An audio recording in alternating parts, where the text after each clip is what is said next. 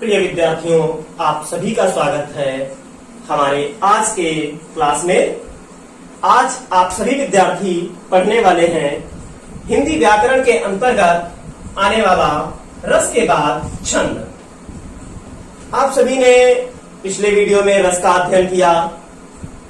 आज के वीडियो में हम आपको छंद कितने प्रकार के होते हैं और उनकी परिभाषाएं, साथ ही साथ आपको वीडियो के अंत में प्रत्येक छंद का हम उदाहरण भी बताने वाले हैं। साथ ही साथ एक बहुत आसान ट्रिक के माध्यम से आप ये आसानी से समझ सकेंगे कि अगर परीक्षा में कोई भी छंद आ जाए तो हम उसकी पहचान कैसे कर सकते हैं। देखिए, आमतौर पर होता क्या है पेपर में कि आपके सामने एक उदाहरण लिखा होगा और उदाहरण में आपको पहचानना होगा कि मात्राओं के आधार पर कौन सा छंद है। तो हम उसकी एक आसान ट्रिक आप लोगों के सामने अभी वीडियो के माध्यम से बताने वाले हैं।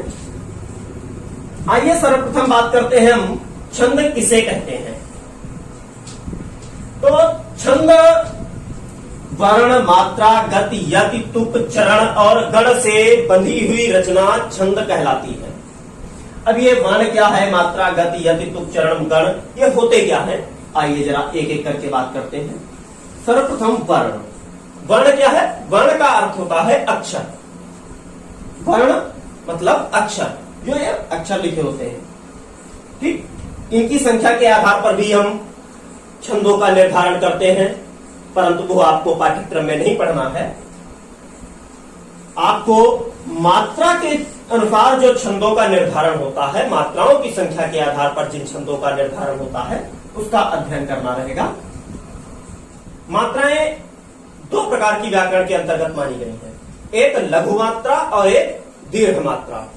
लघु मात्रा देखिए, जो लघु अक्षर होते हैं, लघु वर्ण होते हैं, जैसे आ है, ई है, उ है, री है और जो चंद्रबिंदी आती है, इनकी मात्रा लघु मात्रा मानी जाती है, यानी छोटी, जिसको ह्रस्व भी बोलते हैं ना।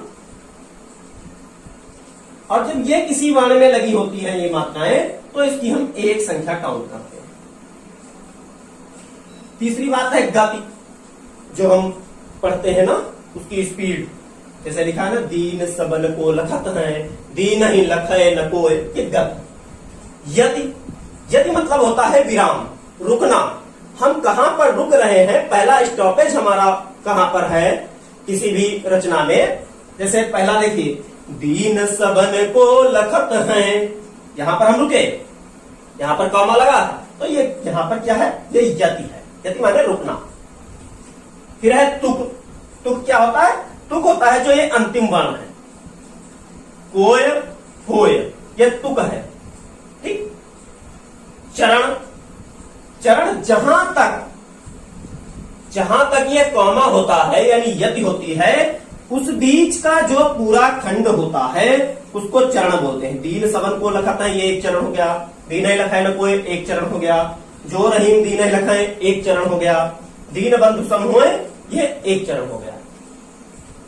फिर है गण। ये गण किसे कहते हैं? गण का उपयोग हम वार्णिक छंदों में करते हैं। वार्णिक छंदों के अंतर्गत इन गणों का उपयोग होता है। गण होता है आमतौर पर जो तीन वर्ण होते हैं उनका मेल। जैसे दीन स, ये एक गण हो जाएगा। बा न को, ये एक गण हो जाएगा। लखत एक गण हो जाएगा। ये तीन वर्णों का जो मेल होता है वो गण कहलाता है। आप सभी को हम ये बताते हैं कि छंद कितने प्रकार के होते हैं। तो छंद दो प्रकार के, पहला मात्रिक और दूसरा वर्णिक। आपको वर्णिक छंदों का अध्ययन पाठ्यक्रम में नहीं करना है, मात्रिक छंदों का ही अध्ययन करना है। सभी प्रतियोगी परीक्षाओं तक में भी 99% जो प्रश्न होते हैं वो इन्हीं मात्रिक छंदों से आते हैं, जो आपके सामने लिखे हुए हैं। पहले नंबर पर हम मात्रिक छंदों में मात्राएं बताते हैं। मात्राएं दो प्रकार की हैं, एक ये लघु मात्राएं और दूसरी है गुरु मात्राएं। गुरु अर्थात दीर्घ, जो दीर्घ वर्ण होते हैं, दीर्घ अक्षर, आ, ई, उ और जो अयोगवाह अंग, आह, आए, आओ। कई स्थानों पर यह भी देखने में आता है जो ए और ओ, उनकी भी गुरु मात्रा होती है। देखिए, लघु और गुरु का निर्धारण होता है बोलने में लगे समय से। जिस वर्ण को बोलने में कम समय लगता है उसकी एक मात्रा। जिस वर्ण को बोलने में है ज्यादा समय लगता है उसकी दो मात्राएं, जिसका चिन्ह ये इस प्रकार का बनाया जाता है। तो मात्रिक छंद के अंतर्गत हम तीन भेद पढ़ते हैं। मात्रिक छंदों को तीन पार्ट्स में डिवाइड किया गया, सममात्रिक, अर्ध सममात्रिक और विषम मात्रिक। पहले बात करते हैं सममात्रिक की। सममात्रिक छंद कौन से हैं? सममात्रिक का अर्थ होता है कि प्रत्येक चरण में मात्राएं समान होंगी। अर्ध सममात्रिक में आधे चरणों में समान, आधे में असमान, मतलब आधे आधे चरणों में समान मात्राएं रहेंगी। माने पहले और तीसरे में समान होगी, दूसरे और चौथे में समान होगी। ठीक। विषम मात्रा का जो छंद होगा उसमें किसी भी चरण में मात्राओं का समान होना अनिवार्यता नहीं रखता है। इसके अंतर्गत आपको हम एक छंद पढ़ाएंगे। ठीक। तो सर्वप्रथम हम बात करते हैं सममात्रिक के अंतर्गत चौपाई छंद। चौपाई छंद में आप सभी विद्यार्थियों को ये देखिए 9th के लिए बहुत महत्वपूर्ण है चौपाई और दोहा। चौपाई छंद का अर्थ है चार पाए हो जिसमें बराबर, अर्थात जिसमें चारों चरण में 16-16 मात्राएं होती है। 16 लिखा है, मतलब 4 चरण होंगे और चारों चरणों में मात्राएं समान, अर्थात 16-16 होंगी। वहां पर आपका चौपाई छंद होगा। ठीक। इसके पश्चात आता है रोला छंद। रोला छंद में क्या होगा? रोला छंद में 24 मात्राएं होंगी प्रत्येक चरण में। रोला छंद के अंतर्गत प्रत्येक चरण में 24 मात्राएं, परंतु 11 और 13 पर यति अवश्य होगी। यति आप समझ गए होंगे। यति का मतलब है रुकावट। तो 11 और 13 पर जहां रुकावट हो और प्रत्येक चरण में 24 मात्राओं का योग होता हो वहां पर रोला छंद होगा। तीसरा है गीतिका छंद। गीतिका छंद में प्रत्येक चरण में 26 मात्राएं होंगी। जहां पर भी आपको प्रत्येक चरण में 26 मात्राओं का योग मिल जाए आप समझ लीजिए कि वहां पर गीतिका छंद है। ठीक। फिर चौथा आपका आता है हरिगीतिका। हरिगीतिका में क्या होगा? 2 मात्राएं बढ़ जाएंगी। इसके प्रत्येक चरण में क्या होगा? 28 मात्राएं होंगी। जहां पर आपको 28 मात्राएं प्रत्येक चरण में मिल जाएं वहां पर आप हरिगीतिका छंद लिख दीजिए। ध्यान रहे ये सममात्रिक छंदों में सभी चरणों में मात्राएं आपकी समान ही रहेंगी, इसमें कोई अंतर नहीं आना है। फिर अगला आपका आता है अर्ध सममात्रिक। देखिए अर्ध सममात्रिक छंद में क्या होता है कि आधे आधे चरणों में मात्राएं समान होंगी। जैसे दोहा है, सोरठा है, परवय है, ये जितने भी हमने आपको लिखे हैं ये 9th to इंटर सभी विद्यार्थियों के पाठ्यक्रम में आने वाले हैं। ठीक। इसलिए सभी विद्यार्थियों को ये छंदों का अध्ययन करना है। दोहा, सोरठा और बरवय ये आपके अर्ध सममात्रिक के अंतर्गत आते हैं। तो यहां पर एक बात का ध्यान दें कि दोहा और सोरठा इनमें कई बार सभी विद्यार्थी कंफ्यूजन में आ जाते हैं। क्यों? क्योंकि दोहा में पहले और तीसरे चरण में 13-13 होती हैं, दूसरे और चौथे में 11-11 होती हैं। सोरठा में क्या होता है? ठीक दोहे का उल्टा आ जाता है। पहले और तीसरे में 11-11 होती हैं, दूसरे और चौथे में 13-13 होती हैं। तो ये कंफ्यूजन हो जाती है, इसलिए ध्यान रहे। दोहा छंद के अंतर्गत पहले और तीसरे चरण में यहां पर 13-13 मात्राएं होंगी। पहले और तीसरे में 13-13, दूसरे और चौथे में 11-11। यहां पर देखिए हम इस तरीके से आपको एक कॉलम बना के दिखाते हैं। 13-13, 11-11। ये क्या हो गया? ये दोहा हो गया। ठीक। और 11-11, 13-13, ये क्या हो गया? ये सोरठा हो गया।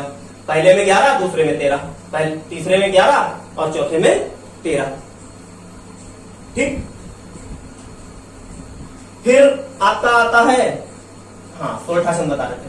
तो सोरठा छंद में क्या होता है, पहले चरण में आपकी पहले और तीसरे चरण में 11-11 और दूसरे और चौथे चरण में 13-13 मात्राएं होती। ठीक, फिर आपके अगले बरवय में क्या होगा, बरवय में आपको पहले और तीसरे चरण में 12-12 मात्राएं, दूसरे और चौथे चरण में आपको 7-7 मात्राएं देखने को मिलेंगी। बरवय ध्यान रखिए, 12-12 मतलब पहले और तीसरे चरण में 12-12, दूसरे और चौथे में 7-7 मात्राएं होंगी। फिर आपका आता है कुंडलिया छंद, दोहा प्लस रोला, दोहा प्लस रोला मिला करके बनाया जाता है। यह विषम मात्रिक छंद है, यानी प्रत्येक चरण में क्या होगा, मात्राएं असमान होंगी।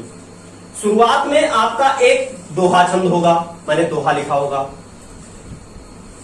दोहे के बाद में एक रोला छंद लिखा होगा। अब देखिए, दोहे में हमने क्या बताया, 13-11, फिर 13-11, ठीक। फिर रोला में हमने क्या बताया, रोला में हमने बताया था ना 24-24 मात्राएं, 11-13 पर यति होती है, 11-13, 11-13, 11-13, 11-13। तो अब ये इसमें क्या हुआ, ये असमान है, आधे चरणों में मात्राएं समान नहीं है, इसलिए यह हो जाएगा आपका विषम मात्रिक। देखिए, एक बात और कुंडलिया छंद में ध्यान रखनी होती है कि दोहे का जो अंतिम पद होगा, जब रोला चरण का प्रारंभ होगा तो वो अंतिम वाला पद रोले का प्रथम पद भी होगा। ठीक, फिर अब हम आइए आपको मात्राएं निकालना बताते हैं कि हम मात्राएं किस प्रकार से उदाहरण के माध्यम से निकाल सकते हैं। जैसे लिखा है आपके सामने, हमने एक उदाहरण लिखा, दीन सबन को लखत है, दीन ही लखै न कोय, जो रहीम दीन ही लखै, दीन बंधु सम हो। आप सभी को ये याद होगा, पर अब इसमें मात्राएं कैसे निकालें, देखिए आप पढ़िए। दीन, दी कौन सी मात्रा है, बड़ी ई, गुरुगण है, 2 मात्राएं हो गई। न, सा लघुवर्ण है, सा में क्या होता है, सा में छोटा आ लगा ना, ब आ लगा, न आ लगा है, को ओ लगा है, तो क्या हो जाएगा, दीर्घ। बोलने में समय ज्यादा लग रहा है ना, लखत है। अब जोड़िए, कितनी हुई, 2 1 3 4 5 6 2 8 3 11 2 13। अब यहां पर देखिए, हम इस तरीके से बनाते हैं, पहले ये पूरा एक चार्ट बनाते हैं। ठीक, अब पहले चरण में कितनी मात्राएं आई, 13, आप लिखते रहिए। फिर दी न ही छोटी है ना, ल कितनी मात्रा होगी, 1, खे ज्यादा समय लग गया, न को य कितनी हुई, 1 2 3 1 4 2 6 1 7 2 9 2 11, लिख लीजिए। जो 2 मात्राएं, र ही म दी न ही, ल खे 2 मात्राएं हो गई ना, 2 1 3 1 4 1 5 2 7 8 2 10 1 11 2 13। दी न, बन में कितनी और मात्राएं होगी, लिखा है ना हमने, अयोगवा में क्या होगी, 2 मात्राएं। धु, स म हो य।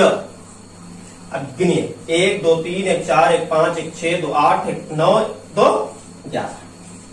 क्या आया, 13 11 13 11। कौन सा छंद हो जाएगा, जहां पहले और तीसरे चरण में 13 13, दूसरे और चौथे चरण में 11 11 मात्राएं होती हैं, वहां कौन सा छंद, ये दोहा छंद। ठीक, कुछ बातें और हैं जो आपको ध्यान रखनी चाहिए। दोहा छंद जहां पर भी होगा, वहां पर अंत में दीर्घ और लघु वर्ण का मेल होगा, निश्चित है। ठीक, आपके पाठ्यक्रम के हिसाब से चौपाई, रोला गीतिका, हरिगीतिका, दोहा, सोरठा, बरवय और ये कुंडलिया छंद थे, जिनका अध्ययन आपने प्रस्तुत वीडियो के माध्यम से किया है। अगर किसी प्रकार की कोई दिक्कत आती है, आप निश्चित रूप से हमारे व्हाट्सएप नंबर पर हमें मैसेज करेंगे 8000600049। और एक बात का ध्यान रखेंगे कि वीडियो में देखिए पूरा वीडियो देखना होता है, जिससे कि बहुत आसानी के साथ में समझ में आए। कोशिश की है कि आपको शॉर्ट ट्रिक्स के माध्यम से कैसे आसानी से पढ़ने में आपको ध्यान में उदाहरण आ जाए, कि उदाहरण में हम मात्राएं किस प्रकार से निकाल लें। आप हमें कमेंट करके अवश्य बताएं कि कहां पर कौन सी समस्या आ रही है, या अगर अच्छा लगा हो तो उसे भी कमेंट करें। साथ ही साथ वीडियो को लाइक करें और अपने फ्रेंड्स को शेयर करना कतई न भूलें, जिससे कि ज्यादा से ज्यादा स्टूडेंट्स तक हमारी बात पहुंच सके और वो भी आसानी के साथ समझ सकें। और अगर पहली बार चैनल से जुड़े हो तो चैनल को सब्सक्राइब भी अवश्य करें। धन्यवाद। जय हिंद।